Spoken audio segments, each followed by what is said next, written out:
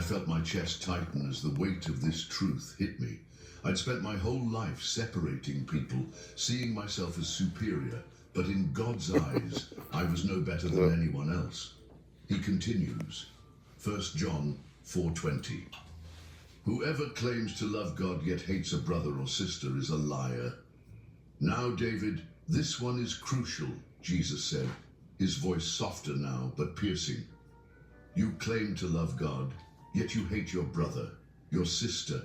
You have turned your back on the very people I came to save, and you cannot claim to love God while harboring hatred in your heart for others. Jesus' eyes bore into me, and I couldn't escape the truth. How can you say you love me if you cannot love those around you? How can you claim to know me if you turn away from my children? He continued, David, you are lying to yourself. You cannot claim to love me and at the same time treat people with hate and cruelty. That is not the love I have shown you. That is not the love I command you to share with others. The weight of this verse crashed over me.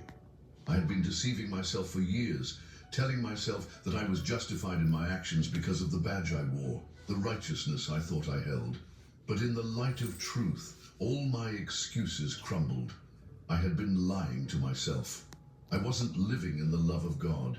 I had been living in self-righteous hatred, and I had justified every hateful action under the guise of justice. But now I saw it. My actions were in direct opposition to the very love that Jesus called me to show. Jesus stood before me in silence for a moment, letting the gravity of his words take root in my heart. I could feel the burden of my past actions, the weight of every life I had hurt, every person I had crushed under my prejudice. My entire existence had been built on lies and hatred, and now I had to face it. He spoke again, this time with tenderness. David, you are forgiven, but you must change. You must love as I have loved you. I came for the lost, for the broken, for the ones you cast aside. I came to heal, to redeem, and now I call you to do the same. I knelt before him, tears streaming down my face. I didn't know what to say, but I knew one thing for sure. I had been wrong, and I had to make it right. And for the first time in my life, I felt like I could not hide from my answer. I could not hide from my sins. The truth was undeniable. I looked at him, my heart breaking with the realization of everything I had done. I didn't know, I whispered, my voice trembling. I woke up in a hospital bed, cold, disoriented.